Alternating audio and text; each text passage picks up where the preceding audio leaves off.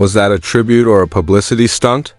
Did Fallon Henley really accidentally pull a fatal COVID clutch while Nia Jax was midair like a demolition crane?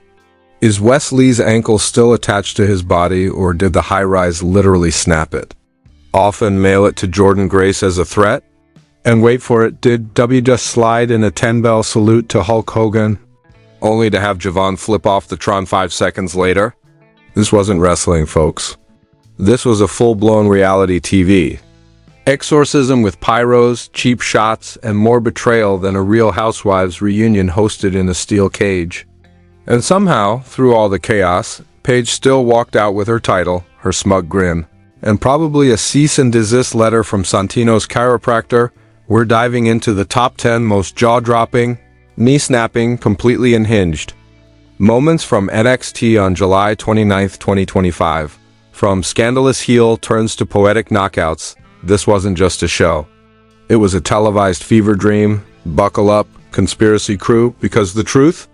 It's about to get body slammed. So, let's start with the moment that tore the internet in half like a kendo stick over a referee's spine. Fallon Henley's accidental COVID clutch, and yes, we're calling it that because apparently, when Fallon throws hands, pandemics happen. 1 second Nia Jax was dominating like a wrecking ball dipped in glitter. The next, she's face first in the canvas while Fallon stands over her looking like she didn't just commit a televised felony. But that's not even the scandal. Oh no. The scandal is that the ref didn't call it. Not a disqualification, not a timeout, not even a raised eyebrow. Just a shrug and a play on. If that's not proof the NXT officiating crew is on autopilot, I don't know what is. And guess who benefited from that little oops? Fallon. With the assist from Nia's cracked jaw, she got the pin and strutted out like she hadn't just assassinated a Samoan demolition queen. Meanwhile, Javon, the so-called young og, was having what can only be described as an on-air personality breakdown. We saw the man talk to himself, flex at a turnbuckle, and almost pull off a coast-to-coast before slamming into Wesley's ribcage like he mistook him for a crash test dummy. And still, the crowd roared like it was WrestleMania. Let's not forget JC Jane, who at this point has started her own mini cult of chaos. This woman came flying out of nowhere, launched a hook out on Floyd, then proceeded to fire off an elbow so brutal it could have been considered domestic warfare if this were a courtroom.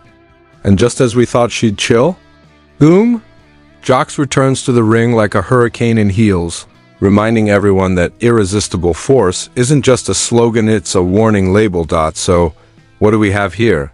A match that turned into a multi-ring circus, refs too stunned to function, and 3 wrestlers who either need therapy, legal counsel, or both. But trust me, it only gets wilder from here. So just when you thought Fallon's sneak victory and Javin's mental spiral were the climax, boom, here come the leaks. And no, we're not talking about your usual blurry locker room footage or vague subtweets. We're talking full-on burner accounts, anonymous tips, and what looked like leaked production notes straight from NXT HQ, according to one suspiciously specific post from a Reddit user named @HighRiseHRRep.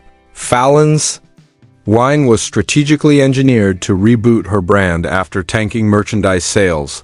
Last quarter? Yup, you heard that right.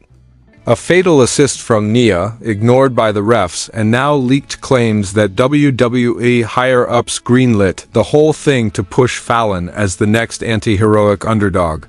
Oh, the conspiracy gods are dancing tonight. And as if that wasn't enough, another source who insists on being called only the Turnbuckle Whisperer says Javon was never scheduled to win his match. Instead, he was told to act erratic, scream into the camera, and channel the ghost of Macho Man. Because get this, he's allegedly being repurposed into a future NXT villain with a multiple personality gimmick. So, you're telling me Javon didn't lose control, he was following orders? Suddenly the pacing, the yelling, the coast-to-coast suicide dive with zero logic, all makes sense. He's being fed to the algorithm, and the fans, they ate it up. One viral tweet read, Javon acting like he's possessed by the entire attitude era, and I am here for IT. Meanwhile, JC Jane's attack on Floyd sparked a different kind of outrage, one tied to safety violations. A now-deleted internal memo hinted that Jane had been repeatedly warned about pulling punches too late and striking too hard.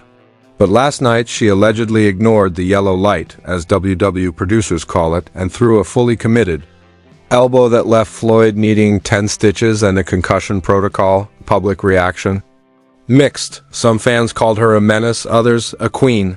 The kind of girl who'd fight your ex, your boss, and your intrusive thoughts at the same time. But while Twitter was divided, the locker room not so quiet, and here's where things go.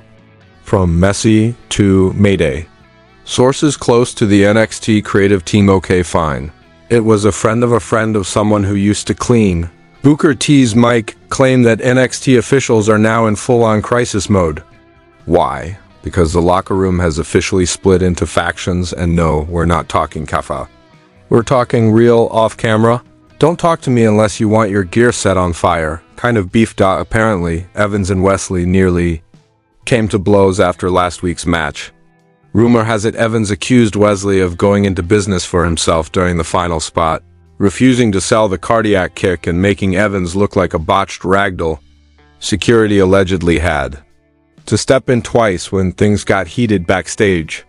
And in the middle of this boiling pot, JC Jane strutting around like the HBIC of chaos, whispering just loud enough for people to overhear that Floyd got what he deserved.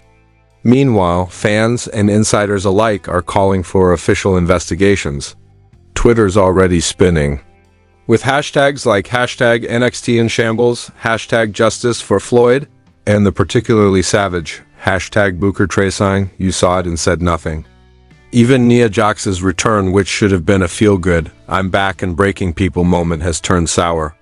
An anonymous WWE medic claims she suffered a mild neck sprain from the botched COVID clutch and is now considering sitting out for the next 3 tapings. That's 3 whole weeks of booking chaos and promo rewrites because someone decided to get creative mid-ring, and let's not even start on the legal whispers circling Paige. Her brutal eye thump and twisted grin during the main event apparently crossed a line, especially since Santino was reportedly not cleared for physical contact. W Legal is allegedly reviewing the footage for liability. Translation: somebody's about to get suspended. So where does that leave us? A shattered locker room, stars injured or walking out, fans turning into armchair detectives, and NXT's top brass scrambling to put out fires they lit themselves. Because in the squared circle, it's not just about pins and promos anymore. It's about who survives the fallout. So now the ring's in ruins, egos are bleeding, and NXT is hanging by a thread wrapped in scandal. But the real question is, who's pulling the strings behind all this chaos? Drop your wildest theories in the comments because we know something shady's going on. Don't forget to like, subscribe, and hit that bell because the next exposed moment, it's coming faster than a cutter off the top rope. Stay woke, fam.